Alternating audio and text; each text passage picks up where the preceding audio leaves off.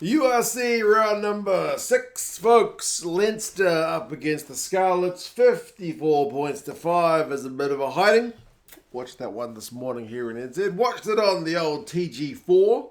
So watched it in Irish. I think the only word I picked up during that watch of the game was Coogie Lion. Seems to mean Leinster. And it was all about Leinster in this one. To be fair, Scarlets did have a decent period of some pressure on the Leinster guys, but yeah, accumulating points pretty tough against this Leinster defence. We'll go through some key events, some stats. You guys can let us know your thoughts on how the game went, and where to from here for these two sides. I actually missed the must have been first minute yellow card. I'd just finished watching Harlequins and Saracens from the old Premiership, and I timed it perfectly. I thought that I could finish that game and then watch this one, but by the time I turned this game on, within the first minute, there was a yellow card to the Scarlets, so I didn't actually see what it was for. But that's a pretty bad way to start the game when you're away against a side like Leinster, and sure enough, they got punished for 12 points during that yellow card. Try time really early. Scarlets turnover ball. Great hands from the Leinster boys. Osborne, I think it was, to Gibson Park back inside to Prendergast.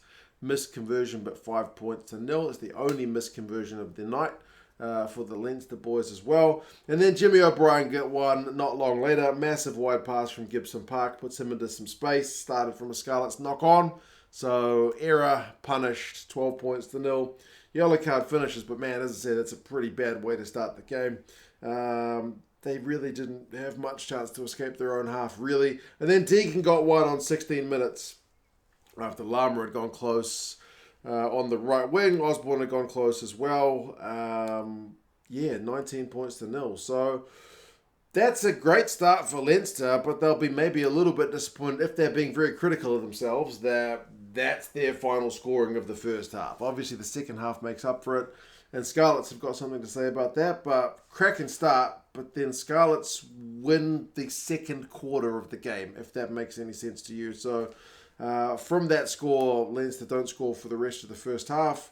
Scarlets had a bunch of attacks, like they had an attacking line out in 22 minutes. They lost the line out. Then they had another one on 24 minutes. They got held up over the line, but at least that's a bit of momentum. That's a bit of pressure. They're actually in the game at that point, which is more than we can say for the first 20 minutes. They would just go through so many phases. They won a scrum penalty at one point, went for touch. The crowd was loving the defence, to be honest. Some of the biggest cheers were more for their defensive plays than for their try scoring. They did get a try through Johnny Williams when he beat, I think it was McCarthy and Keenan, to go over on the right wing on 26 minutes, which went unconverted. And that wasn't the end of the pressure, like I mentioned, but that period of pressure only ended in 5 points, which is not going to be enough. It was a bit scrappy, like there'd be a knock on here, a knock on there.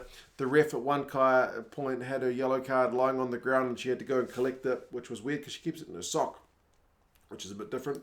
But Kelleher won a turnover before half-time. Doris had knocked it on before that. Like, as I said, it was a bit scrappy. But they go into the sheds with a 19-5 lead to Leinster.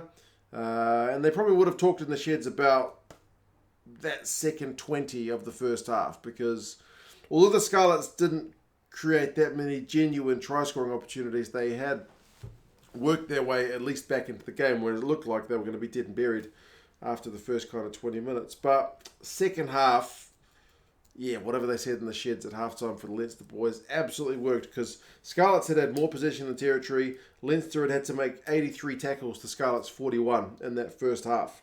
But Leinster had missed only 9. Scarlets had missed 14. So despite the fact that Leinster's doing more defending, they're doing it better, if that makes any sense. Second half, Prendergast kicks it out on the full. And then Kieran Hardy has a great snipe from the back of a scrum where he goes close. And Keenan does well to drag him down into touch as a great covering tackle. The rest is pretty much just try scoring for Leinster. Like a minute after that Kieran Hardy chance, you got Ringrose going over from the counter again. It's loose ball. Keenan with the line break and the try assists after the hands kind of set him up. So 26-5. Bonus points secured. More Leinster pressure. Jimmy O'Brien, the left wing. Sheehan And then Osborne steps on the inside, 33-5. More close range pressure sees Boyle go over 40-5. Osborne, after a maul, he dummies and goes over 47-5. Yellow card for the Scarlets. High tackle from Scott Williams at the death. Gets even worse. And then Deegan gets his second to bring up the 50. Keenan gets the try assist with the final pass. 54 points to 5. Yeah, like I mentioned, the Scarlets kept Leinster scoreless from like that 19 or 15 minute, whatever it was, try, round about the first 20 minutes, until about 50 minutes.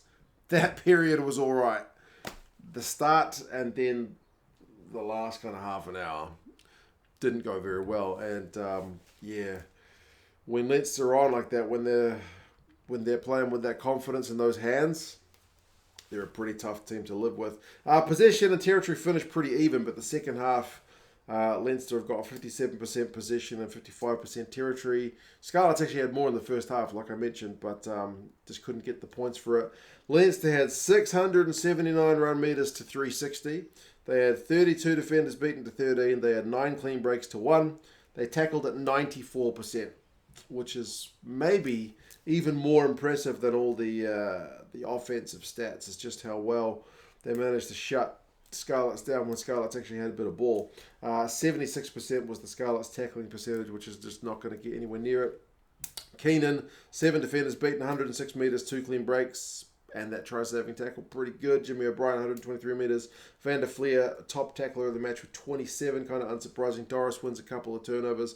Tom Rogers had 4 defenders beaten at 71 metres. Jack Price had 16 tackles, but yeah, tough day at the office for the Scarlets, guys. I never tuned into this one thinking it was going to be close, but I mean, the Scarlets, as I mentioned, gave a decent account of themselves for a while, but man, that second half was brutal, and they started the game, yeah, absolutely under the cosh. But yeah, Leinster have got Munster next, which will be an interesting one next week. Leinster at home, and then the Scarlets in another derby match will play away to the Ospreys. So they'll be looking to challenge a bit more in that one than they were able to here. But yeah, you guys let us know your thoughts. If there's any more key Irish phrases I need to know to understand what's going on TG4, do let me know. I do speak a bit of Chinese. If you haven't seen that, check out 2 Cents on Tour. Now that the rugby's done for the day. But a lot of you guys are probably off to bed. But anyway, you guys let us know your thoughts. And yeah, I'll talk to you guys again soon. See you later.